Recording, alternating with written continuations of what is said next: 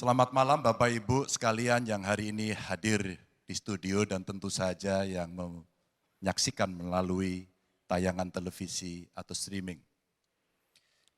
Kami membaca sekaligus mencatat persoalan luar negeri, pertahanan keamanan, dan tentu saja dari tiga ini kami akan menyampaikan poin per poin. Yang pertama terkait dengan politik luar negeri kita. Politik luar negeri kita adalah alat untuk negosiasi terhadap dunia luar, tapi kepentingan nasional harus nomor satu. Kenapa itu menjadi penting? Karena kita mesti betul-betul bisa melakukan redefinisi terhadap politik luar negeri yang bebas aktif, yang disesuaikan dengan kondisi kekinian. Ini penting karena apa? Karena kita perlu untuk memilih, memilah, dan memprioritaskan yang menjadi kekuatan, keinginan dari bangsa dan negara ini. Rakyat butuh bekerja, rakyat butuh lapangan kerja lebih banyak, investasi harus lebih banyak. Maka kita mesti memperkuat infrastruktur diplomasi kita, duta besar, para diplomat, dan tentu saja inilah yang mesti kita berikan penugasan-penugasan untuk membereskan persoalan-persoalan kepentingan ekonomi nasional dalam konteks kekinian. Dan tentu saja kita tidak pernah lupa, Indonesia selalu setia pada kesepakatan yang pernah diambil. Dekolonisasi yang dilakukan mendorong, meyakinkan kita semua untuk membebaskan seluruh bangsa tanpa boleh mengintervensi satu dengan yang lain. Dan inilah komitmen kita pada kemerdekaan Palestina yang kita dukung terus-menerus.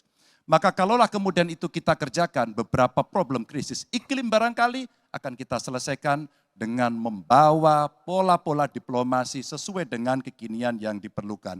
Atau barangkali kepentingan UMKM yang mesti kita bawa ke dunia internasional seperti praktek yang pernah kami lakukan di Jawa Tengah. Dan itu membuat masyarakat akan merasakan politik luar negeri jauh lebih baik. Pertahanan, sistem pertahanan rakyat semesta mesti kita dorong, kita lapisi dengan pertahanan yang betul-betul berlapis dan kita jadikan benteng pertahanan Nusantara sebagai sebuah satu kesatuan. Dan kita perlu melakukan penataan gelar pasukan karena IKN menjadi pusat gravitasi baru.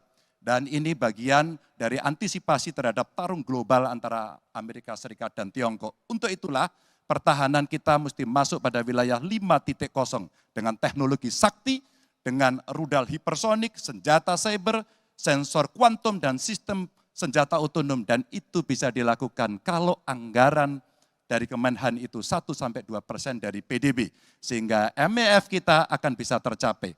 Karena ini yang mengerikan di 2024, saya khawatir ini tidak akan tercapai. Untuk keamanan, terorisme, narkoba, pinjaman online, judi online, kekerasan seksual, ini perlu mendapatkan perhatian termasuk TPPU. Maka reformasi kepolisian betul-betul harus mengantisipasi ini dengan penguatan cyber system kita, termasuk pengembangan SDM cyber yang kuat. Polisi yang menjadi pengabdi masyarakat betul-betul akan bisa mengayomi. Seperti kemudian pada saat saya bertemu dengan Ibu Mary Hugeng. Bagaimana Ibu Mary menceritakan bahwa polisi kita mengayomi dengan kesungguhan. Polisi kita hidup dengan sangat sederhana dan mereka punya integritas yang tinggi. Sebagai anak polisi, saya paham betul ini sesuatu yang sulit dan pasti akan bisa kita lakukan.